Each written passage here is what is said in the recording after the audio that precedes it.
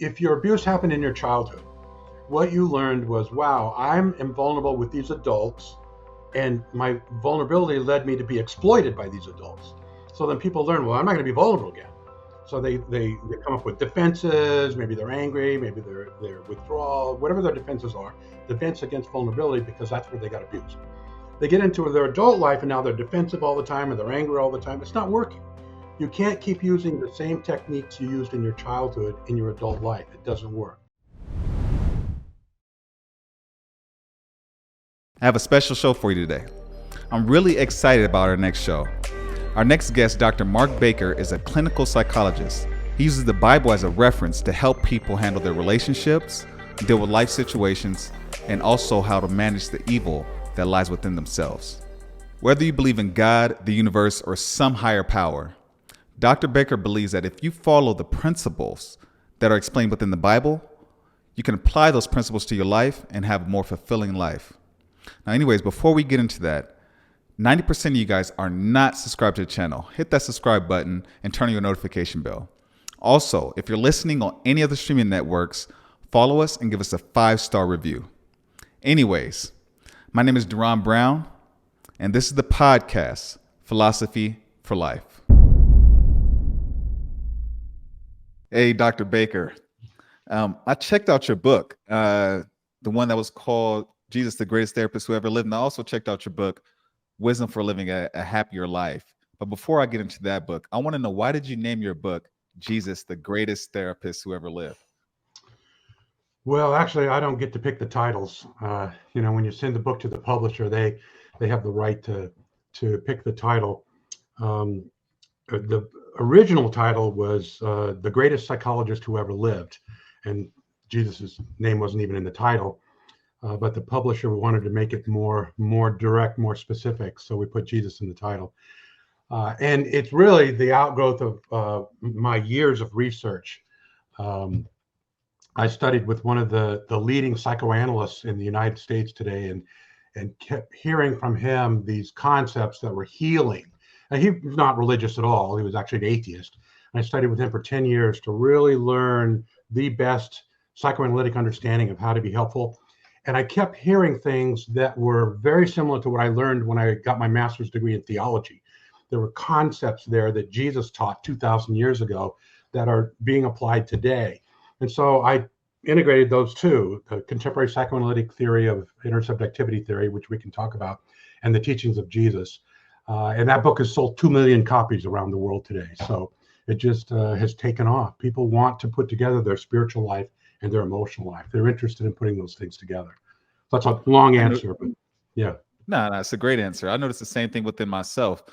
I read this book by Jonathan Haidt called The Righteous Mind.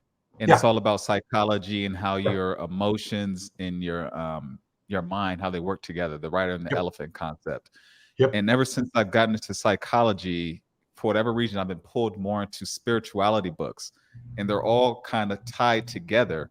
But the thing that I find interesting is that a lot of people, I want to say in the modern age today, we're kind of pulling away from religion.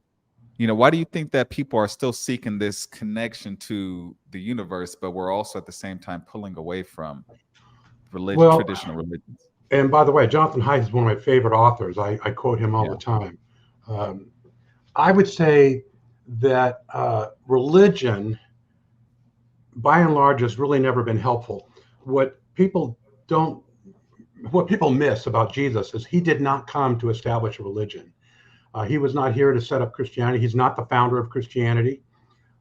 Jesus came to teach people about how to have a better relationship with God and each other. That was his mission. I'm a bridge between you, humanity, and God, and I'm here to introduce you into a more vibrant way of living, a more effective way of living. And then his followers then made it a religion. Some say Peter was the head of the church. It's a bit of a debate. But religion is a socially constructed, man-made institution to help people connect with God. But Jesus was more interested in spirituality, which is really the connection with God. So the latest generation, Gen Z, now are leaving the church in droves. When you ask them on a survey form, what's your religious identification? Are you Protestant, Catholic, Muslim? And down at the bottom, there's none. That's the most frequently checked box, none.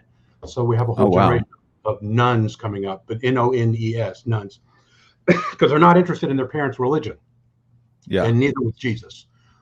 He was interested in teaching people how to live spiritual lives where they're connected with a personal relationship with God. And that's what people are interested in. They're still interested in that. How can I be a spiritual person, a person that is connected to God and connected to other people? But are they interested in the trappings of religion? No, they're not. They're not interested in religious rituals.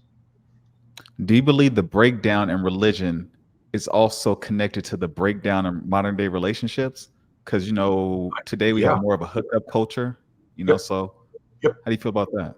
I do. I think that sadly, uh, the loss of identification with traditional values has resulted in a huge breakdown in societal values.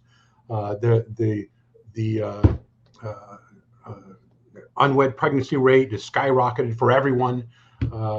The hookup culture, as you mentioned, a lack of interest in people committing themselves, a lack of interest in getting married. People are living together in even monogamous relationships, but living together and not getting married. That's skyrocketing too. So I think we're already seeing a number of problems that are coming with the rejection of these traditional values. For it's not certain to me what they're replacing those values with. That's not clear yet. So yeah, we've got some problems we need to face with our values in our culture today. You mentioned how unwed pregnancies are Yeah, right, skyrocketing, right. and I'm just trying to connect it to my personal experience.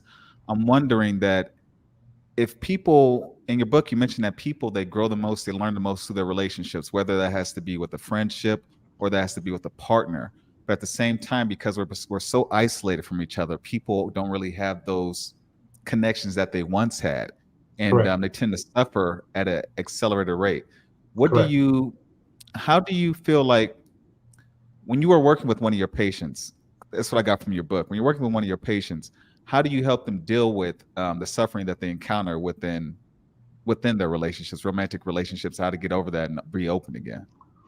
Well, the kind of therapy that we do at my counseling center is relational therapy. So we Mm, don't just give people advice. We don't give them homework. We don't give them workbooks to work through. We don't do manualized therapy, which is legitimate. Cognitive behavioral therapy, symptom reduction therapy, those are legitimate forms of therapy. That's not what we do. We enter into a relationship with people because our belief is mm, that's where the problem is and that's where the problem's solved. Your problems came to you as a result of your relationships with people. Your problems are going to be solved as a result of your relationships with people. This is the mm. central tenet of the teachings of Jesus, is that he came in order to introduce us to a better relationship with God and each other through these principles that he taught. And that's what psychotherapy is trying to do, is help people get better at relating to other people and themselves. Of course, psychotherapy doesn't include the concept of God, but they're doing the same thing. We're restoring relationships between people, and that's what we do. So when people come to me with a traumatic background, I'm not in a rush.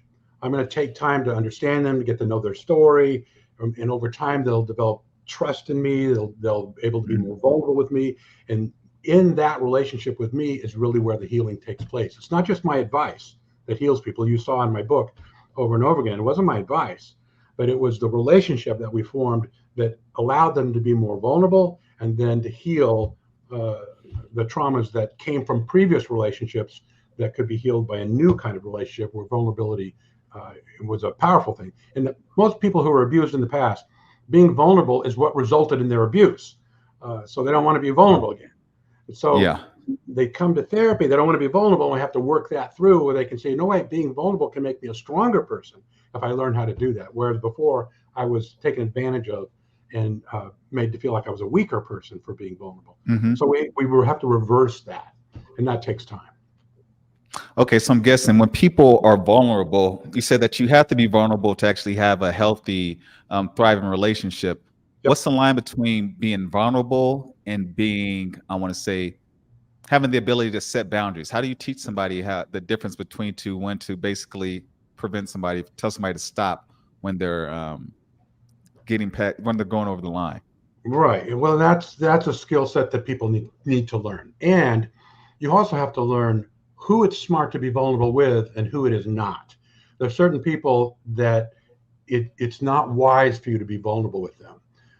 There's certain Mm, people that you need to move on from in your life and realize they're not the kind of person who is going to be reciprocal. They're not going to be vulnerable back with me.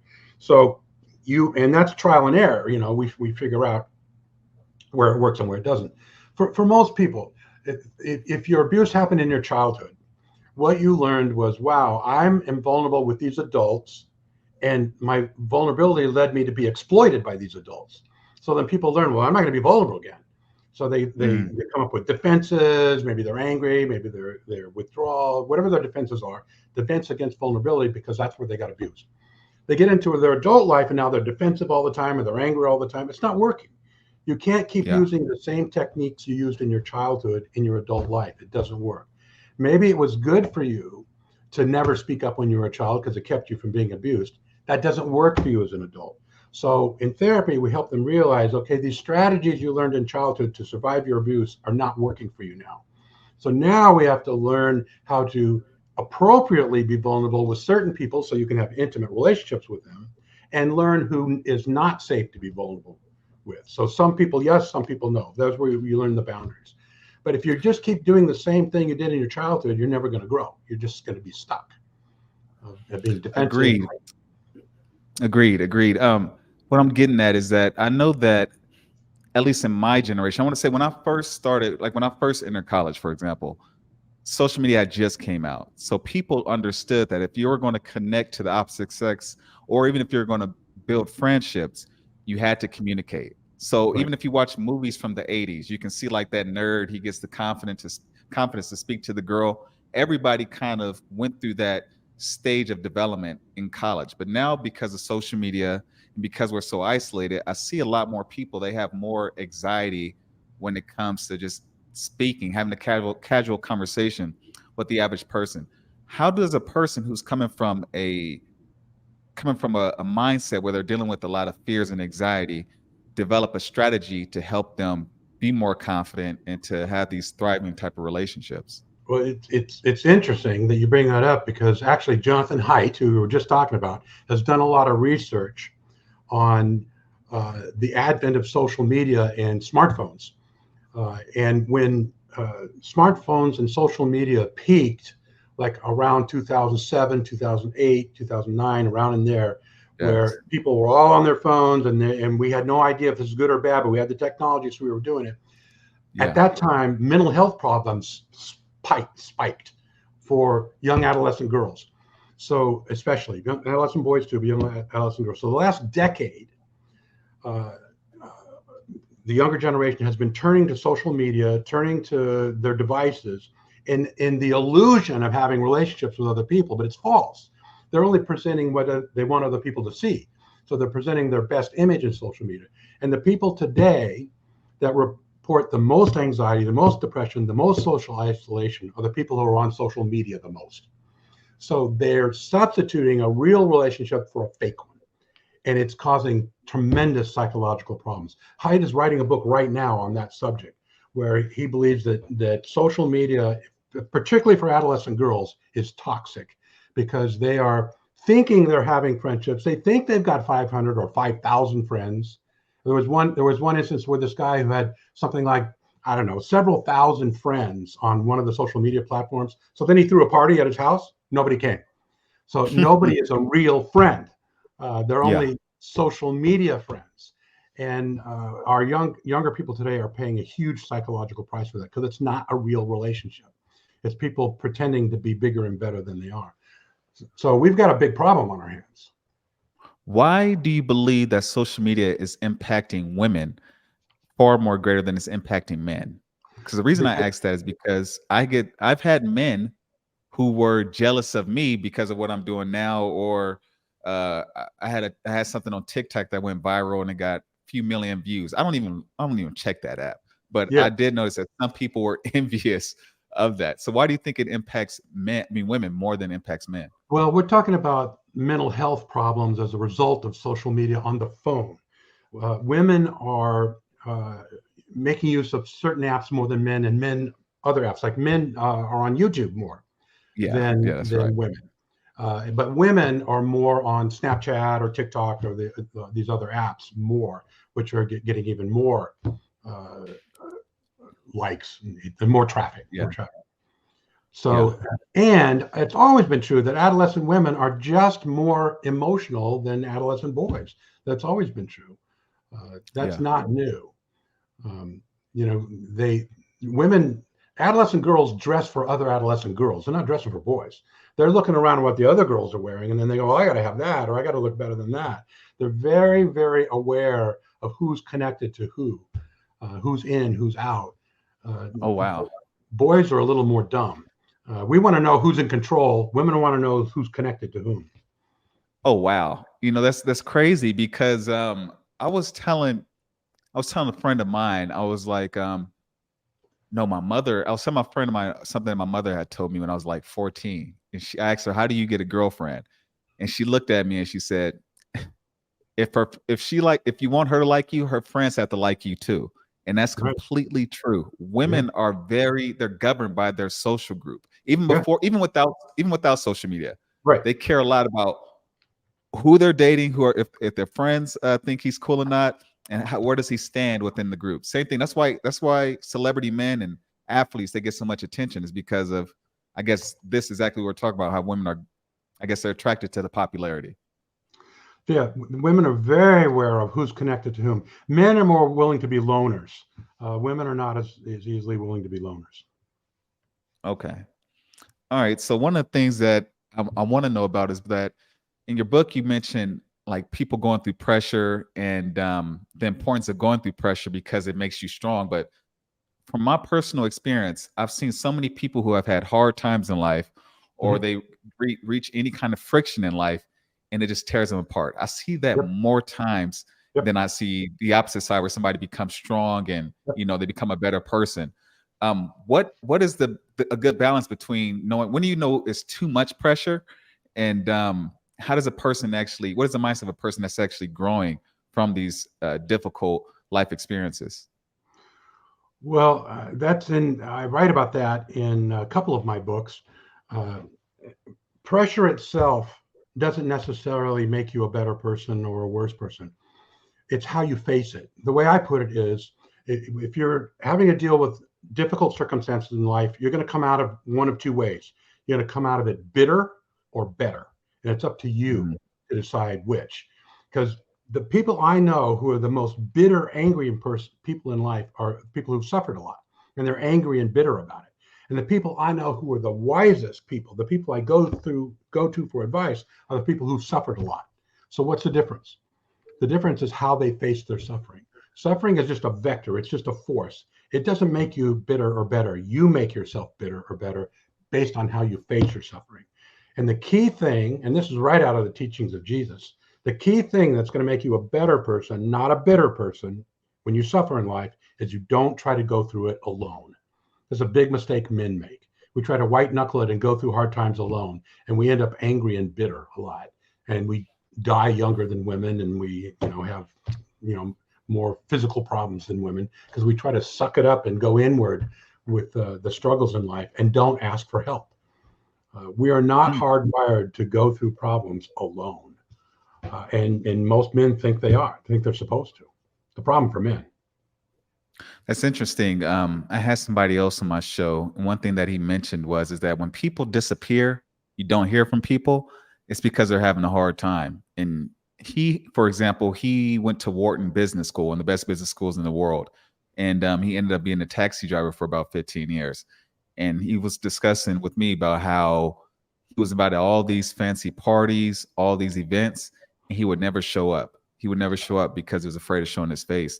And your statement right now reminds me of not only his statement, but like friends of mine. I have friends who are going through hard times, and we've come from the same background. They've seen the things that I've done, and they've never, not once. One of my friends specifically, I spoke to his mother. They never, not once, have called me and asked me for help. And it dawned on me. I was like, why? For me, it makes sense. If you're having a hard time or you need help with something, ask somebody for help. But there's something about men who it's like a pride thing. I think for men, if they feel like they have to ask for help, it makes them feel even more weak than they Yeah. currently feel. Yeah. That The makes number sense. one thing that men fear the most is appearing weak. That's our greatest fear. So anything we do that we think makes us appear weak, we run from that. We won't do it. And asking for help makes a lot of men feel weak. And that is a serious problem. It leads to much, much bigger problems in their lives. Because we're not hardwired to deal with problems alone. We're basically fundamentally relational beings. I would say that's the central point of my book, Jesus, the greatest therapist who ever lived, is that we are fundamentally relational beings. Now, Jesus says you need a relationship with God and each other. And so he adds the God piece to it. But as a psychologist, I can tell you uh, any suffering you go through in life, you will do better if you're not doing it alone. We know that. We've got plenty of psychological research. Think about this. You know people, and I know people who had terrible childhoods, terrible, difficult circumstances, and they turned out pretty good people. And then I also know people who had really easy childhoods, nothing really, no trauma in life, and they're idiots today. They're jerks. They've turned out terrible. They're horrible. They're horrible people. Yeah. Yes, What's I've the difference? experienced that too. What's the difference?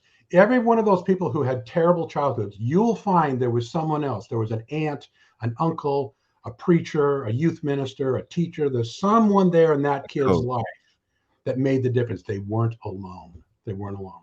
That's how those people survived difficult circumstances. They didn't have to go through it alone. So that's a That's a really great. important. That's a great point. I was. Are you familiar with the book called King, Warrior, Lover, Magician? Yes, I am. Okay, so I met with that professor, I want to say about 2 months ago.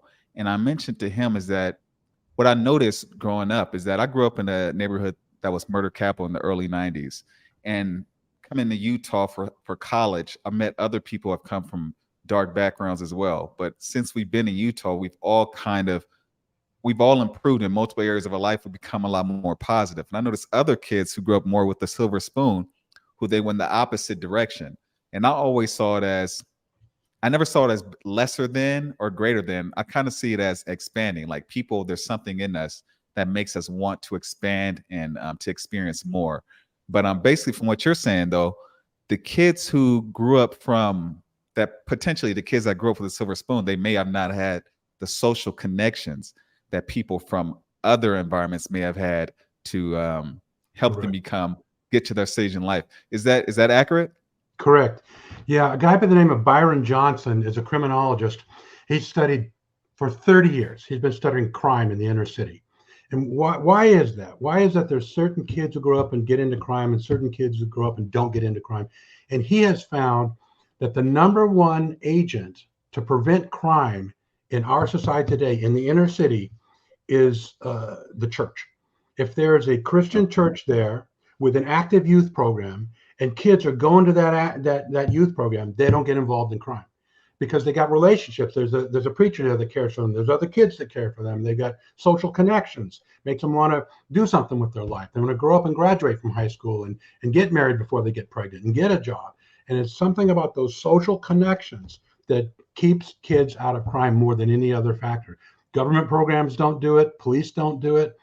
Education doesn't do it. Nothing as effective as the church in the inner city to prevent crime. He's got a book called More God, Less Crime, where he does all this research that's very impressive, very impressive. Mm. And I believe it's the relationships that those kids develop in church that saves them from a life of crime when they make that decision. That's a great point. I'm applying it to my life as you're speaking. I remember growing up, although it was a rough neighborhood, I did go to the Boys and Girls Club a lot. And I was a part of a lot of youth sports groups. I played college football for the University of Utah.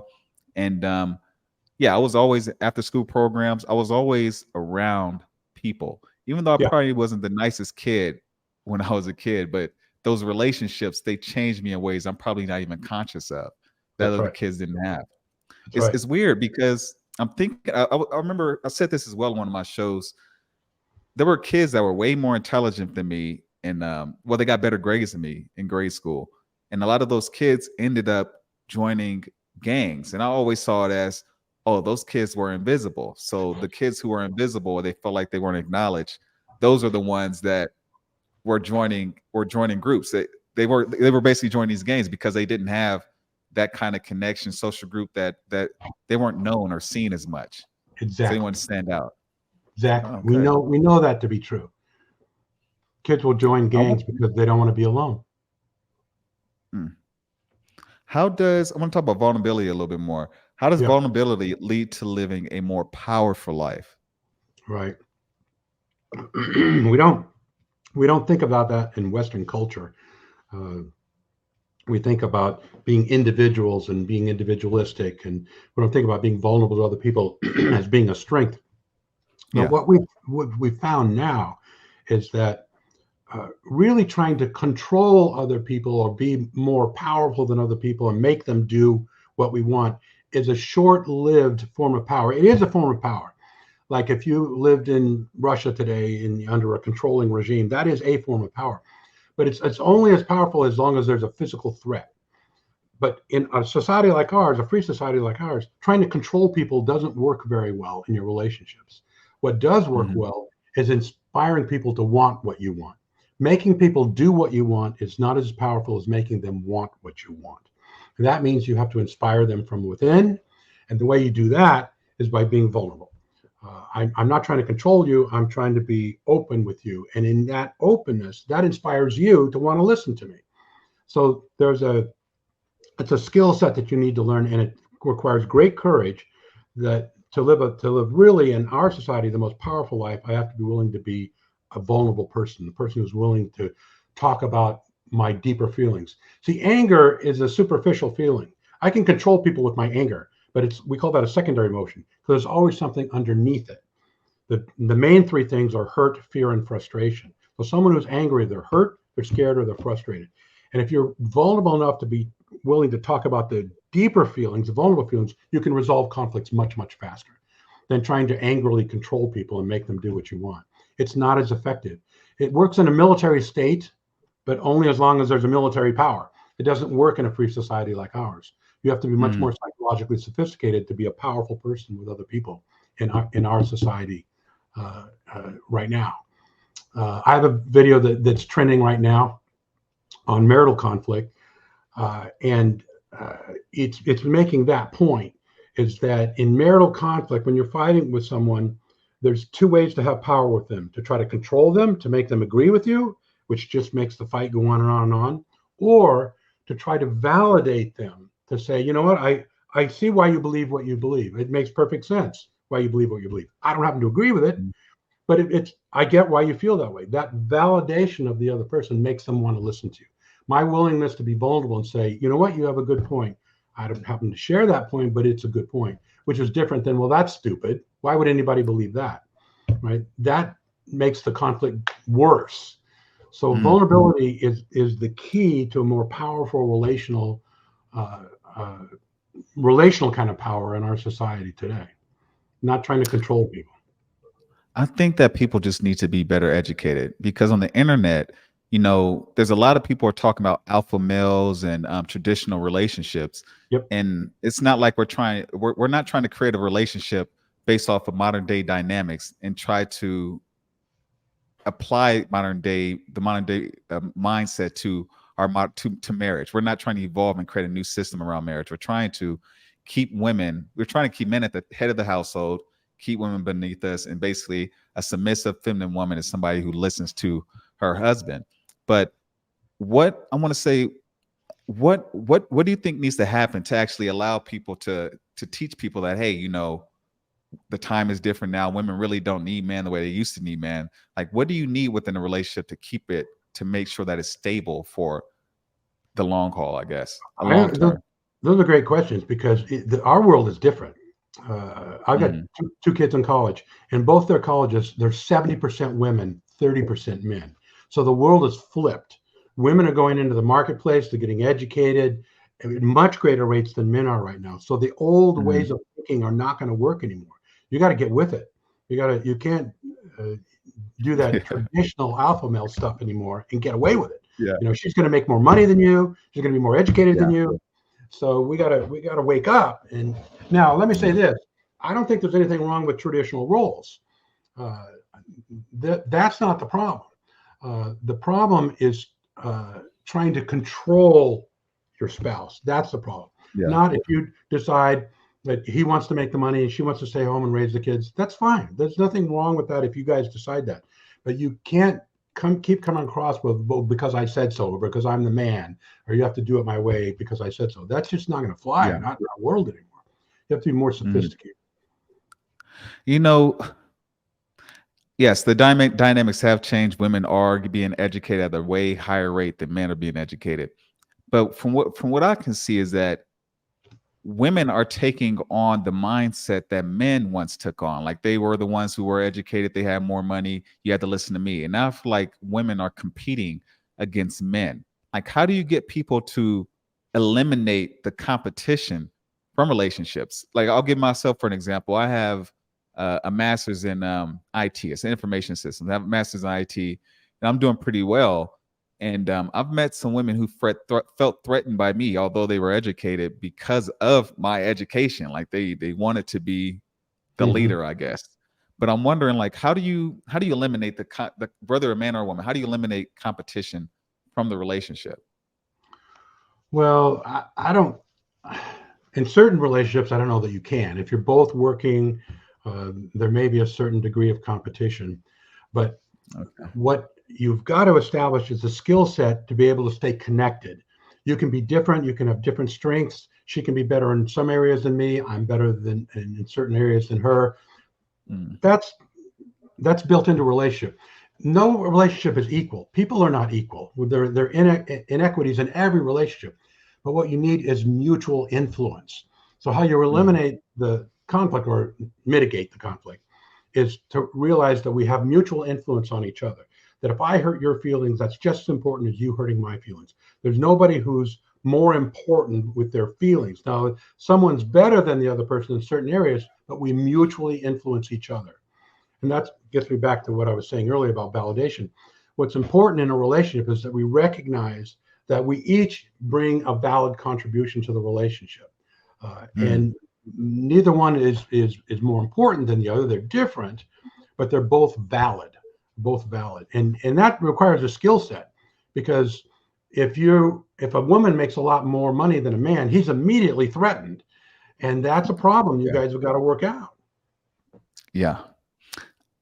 From your experience dealing with couples, people who are married, from your experience, what do you think a healthy relationship looks like? Does it look like the more traditional models of relationships more healthy and sustainable for the long term? It depends. It depends. I don't necessarily think yes or no to that answer. It depends on whether or not there's mutual respect in the relationship. If there's like I said earlier, understanding of the importance of vulnerability and validation of the other. If you've got to have those things, there's got to be mutual respect. There's got to be the willingness to call your own fouls and be vulnerable. And you have to have the skill set to be willing to make repairs when something happens wrong. The biggest problem in marriages today why they don't work out is because things go wrong and we don't know how to fix it. Why don't we know how to go back and say, you know what happened yesterday? I feel really bad about what I said, really lost my cool. I want to talk about that with you. And the other person goes, yeah, I'm sorry too. I shouldn't have said that. They make the repair.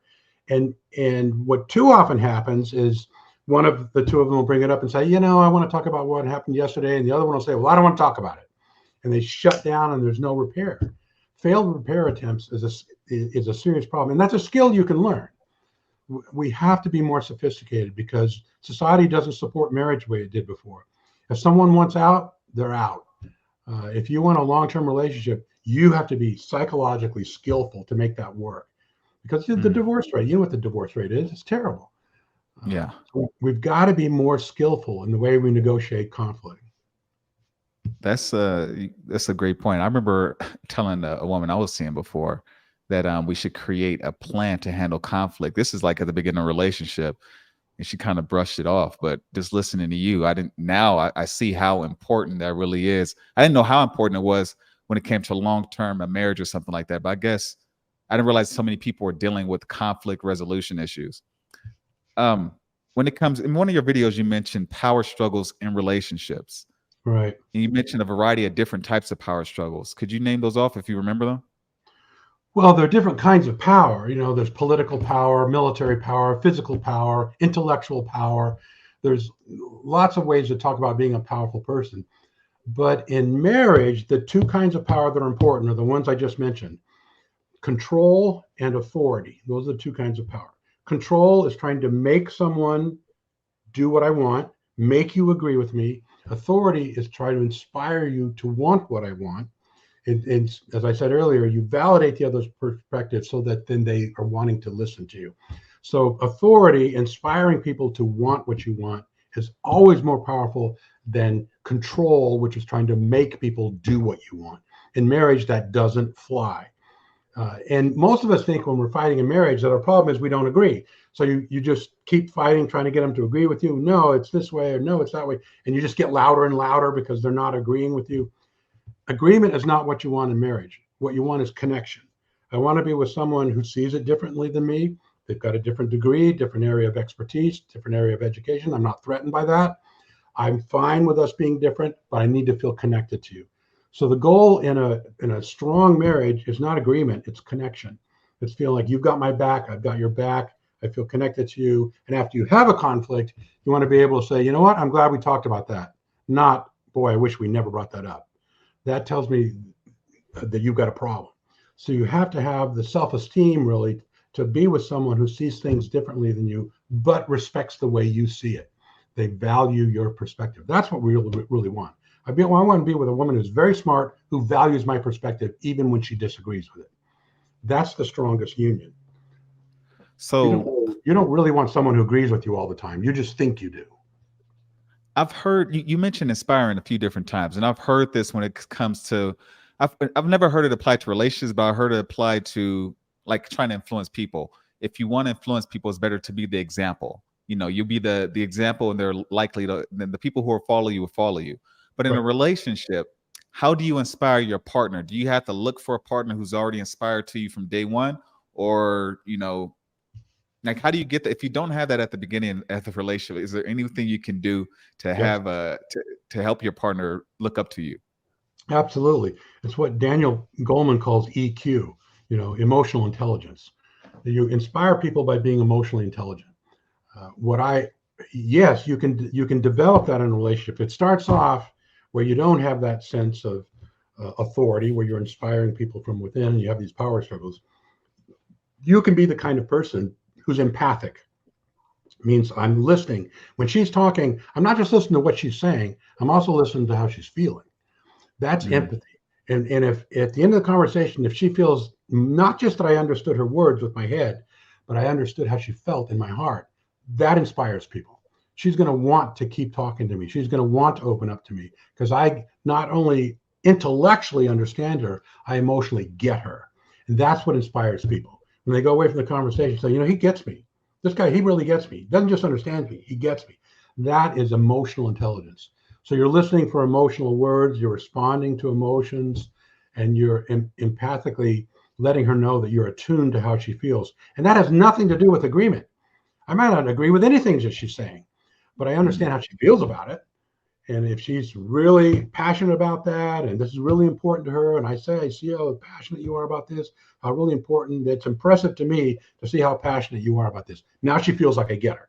And I didn't even say I agreed with her at all with what she was saying. Those are two different things.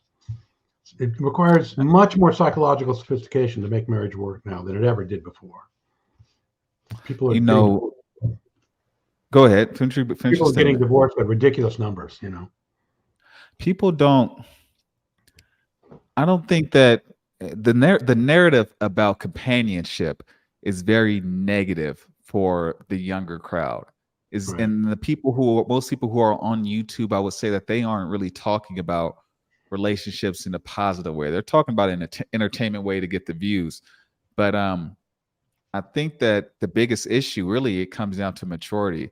A lot of the things that you're talking about, it takes a lot of self-reflection. Like you have to really do the self-work because we all come from different households. We're dealing with different issues, and you really got to be introspective, I think, to really be able to empathize with people. Like, for example, I used to have a lot of anger towards my father growing up. I really didn't like him. He wasn't nice to most people. He was in prison a lot, and he treated most people like crap. And then when I was 22, I overheard him speaking to he was talking to me about his father, and he was basically talking about his father in a negative light. And I told myself after that conversation, I was like, you know what? I do not want to repeat this cycle. So I had a conversation with my father about how I felt. He apologized, to my surprise. And then after that, I kind of felt bad for even thinking he wasn't a good father in the first place, because it dawned on me that he was the best father that he could actually be, but I had to do the introspective work, figure out who I was, and figuring out who I was helped me understand not just my father, but helped me understand people better. But Right. I don't think that a lot of people, I don't think that most people are able or willing to do that kind of self introspection. They're Um, not. They're not. And they're not willing to have the courage to do what you did. I had a similar conversation with my dad. Uh, did not have a good relationship with my dad growing up. He was angry all the time. Now he didn't end up in jail, so it wasn't as extreme as yours, but we were still alienated from each other. And uh, I never heard him say the words "I love you" to me.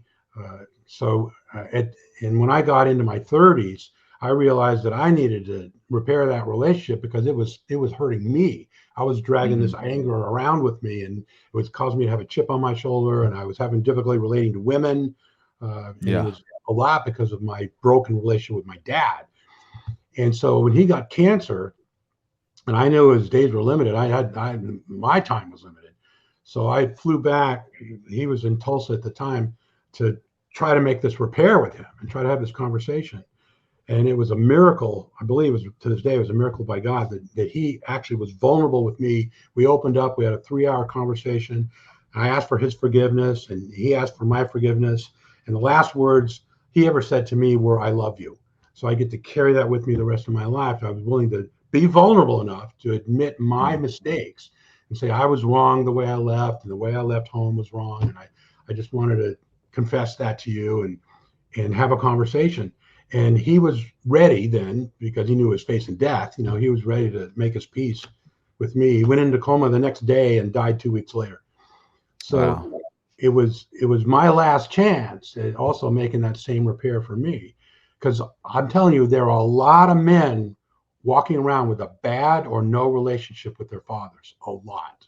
And it creates problems in their lives. Wow. Yeah, I was just about to ask you about that. Before I get into, are you from Oklahoma? No, I'm not. I'm not. They moved there after I left. Okay.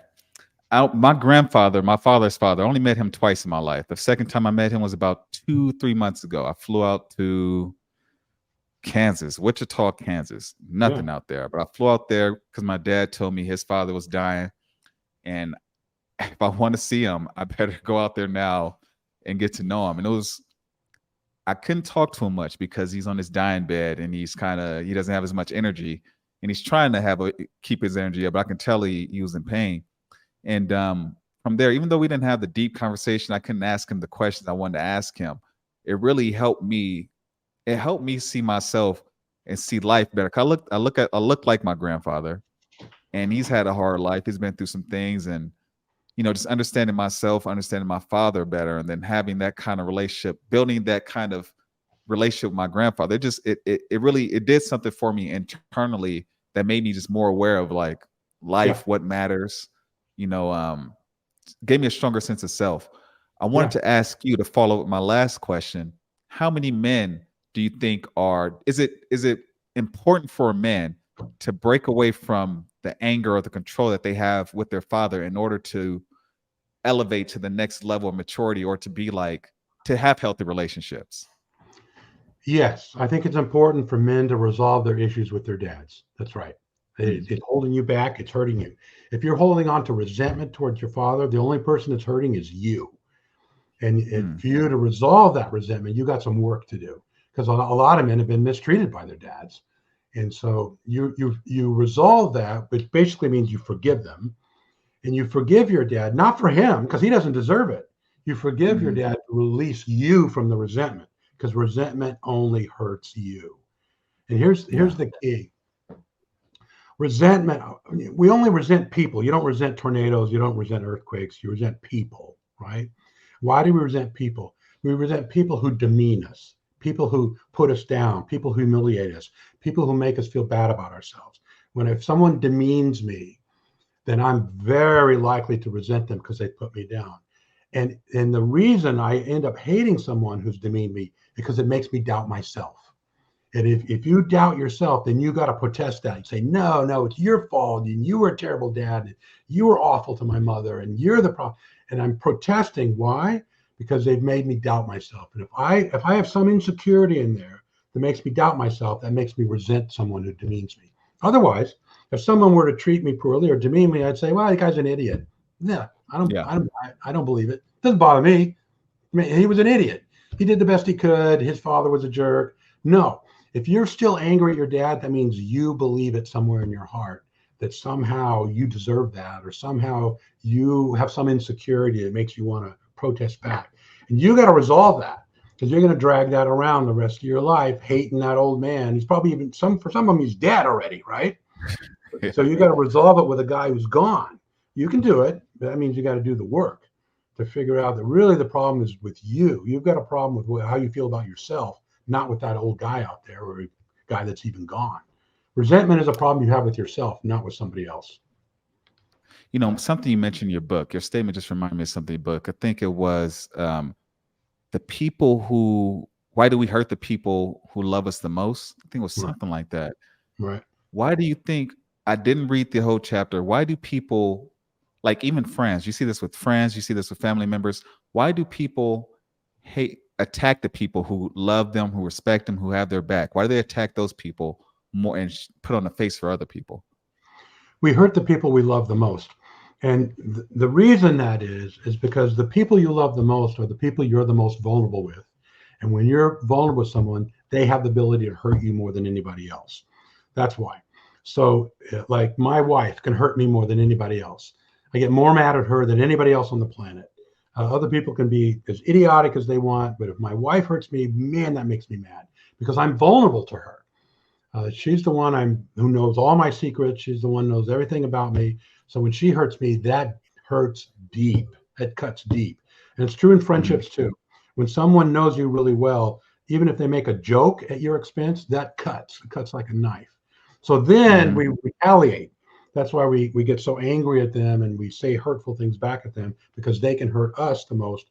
Then we feel entitled to hurt them the most. And that's extremely dysfunctional.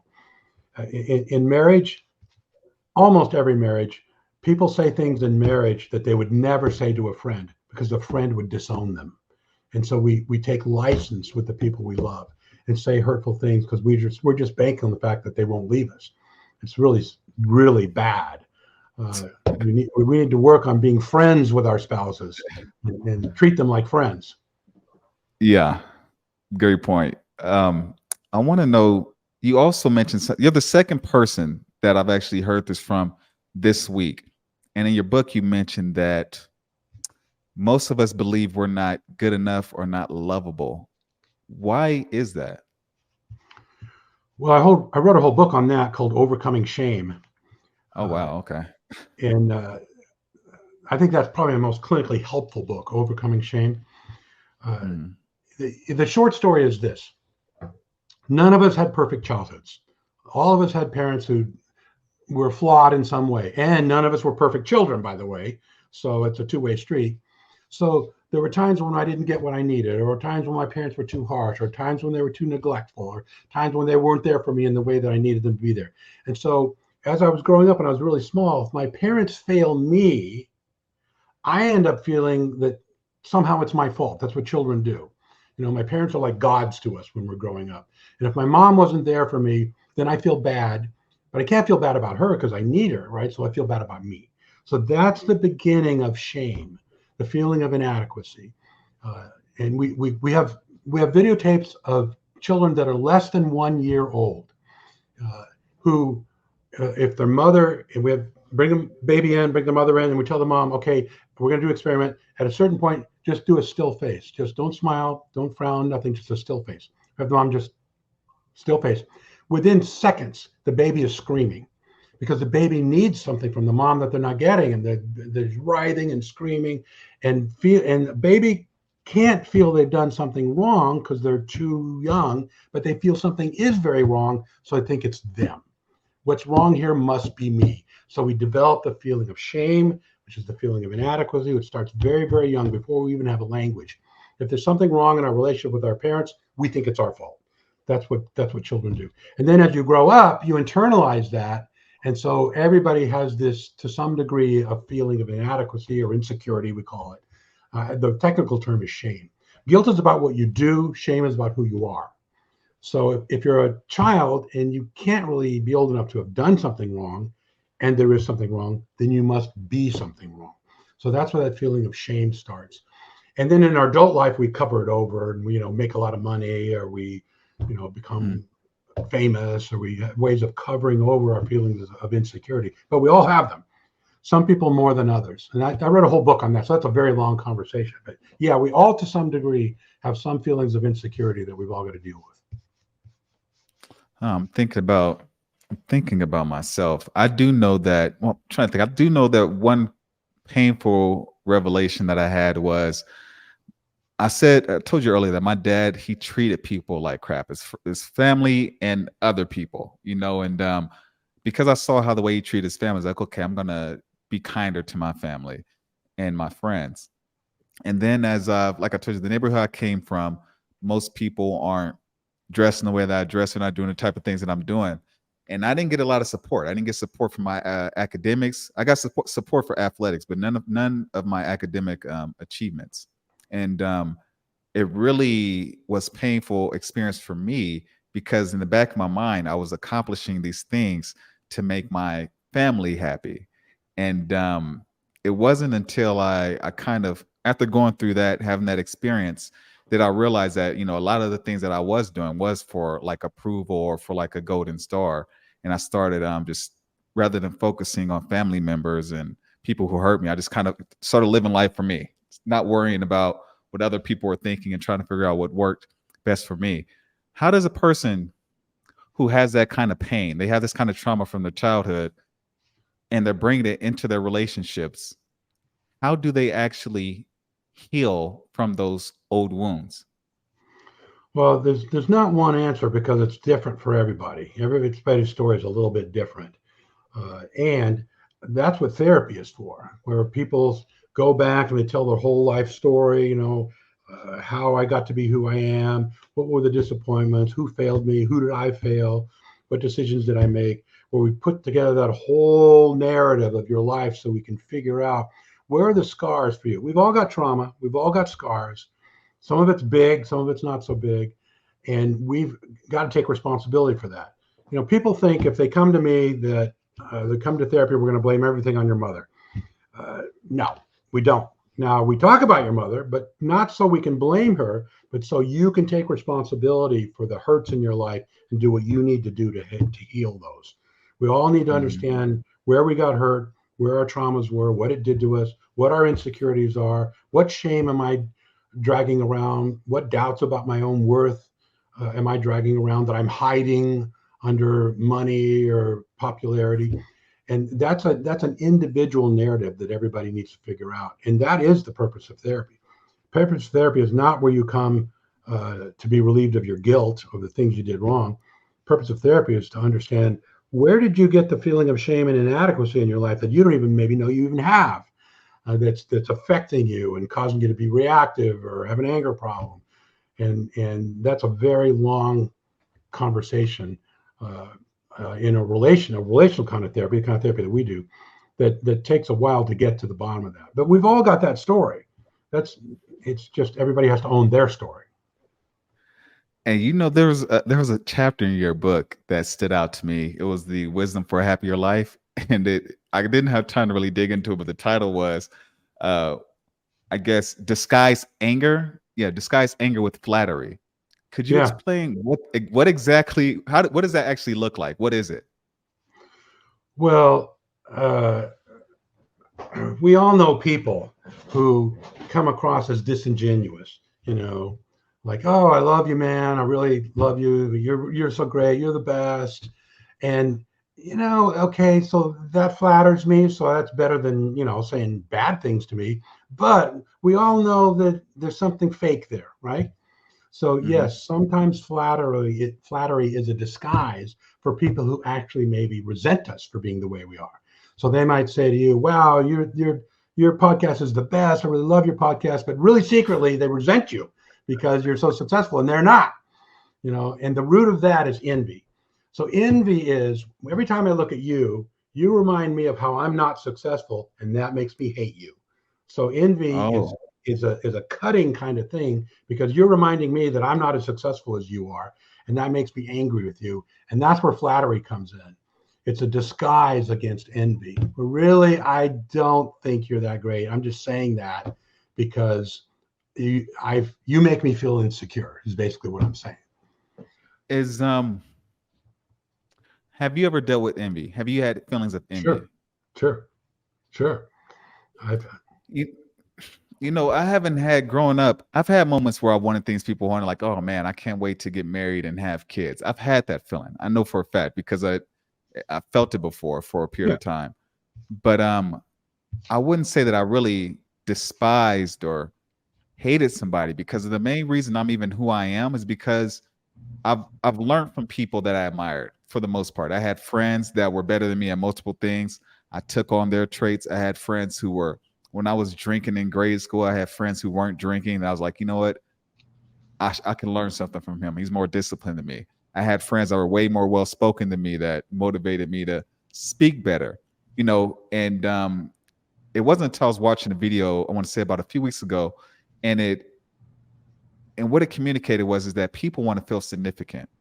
Mhm, Whether you do that through sports, whether you do that through your accomplishments, there's something in us to increase our significance.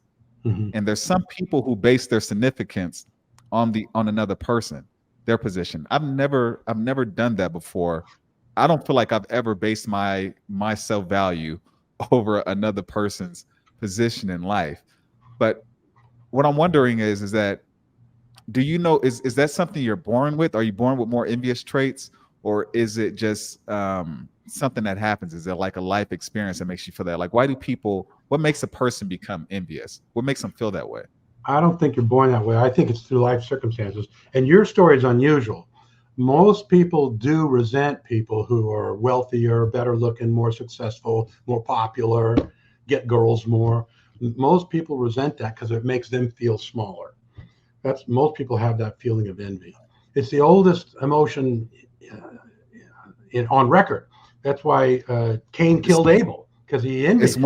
it's one of the most I know it's one of the most nasty human emotions. It Even in the is, book, the laws of human in the book, the laws of human nature, there's a whole section on envy. It even mentions that people who are envious of you are more likely to want to throw you into a friendship. They want to rush a friendship so they yeah, can get close to you. And I'm just yeah, like, I remember yeah, reading that and I was just like, man, because I kept experiencing it. And I was just like, man, I don't know why yeah, this happens. And I've definitely, I mean, I've had friends that were definitely better looking than me. I play sports. I had friends that were faster than me, stronger than me, better looking than me, bigger than me. But I knew that I was not at the bottom. I knew that I was good enough to, attract a woman. I never felt like because somebody else got some other girls thought they were cute that, it hurt me because usually they would think I was cute too. He probably was cuter, but it didn't hurt me, from having a relationship. But you're you're fortunate. Most people don't feel that way. that's a scary thing. Yeah, yeah. Yeah. You leave. Okay, I have one more question for you because Okay, this show just went by really fast. yeah. Um, if you had to leave people with anything, what would be your philosophy for life? That being loving is the most powerful way to live. That's the message Jesus came to tell us all about. That your relationships with God and others are the most important thing in your life. And at the end of your life, when you're on your deathbed, you're never going to say, "Gee, I wish I'd made more money. Gee, I wish I was more successful. Gee, I wish I was more popular." You're not going to say that. The only thing that's going to matter to you is the relationship standing around that bed. You might say, "Gee, I wish I was a better husband. Gee, I wish I was a better father." But that's what's going to matter is your relationships. So I would say that the point of life is to figure out how to be a loving person and to have good relationships. And we now know that the people who are happiest later in life have good friendships. It isn't just a good marriage, it's a good friendships. Those are the ones who are happiest because you choose your friendships. Sometimes you get stuck in a marriage, you can't get out of it, but not friends. You've got to be a good and loving person to maintain friendships. So, yeah, I'd say that's the most important thing you need to take away. You need to figure out how to be a loving person, and your relationships are the most important thing in life. It's what's going to determine your happiness. Dr. Baker, thank you for leaving us with that. And Thank you. thank you for being here, and I'll catch you guys next time.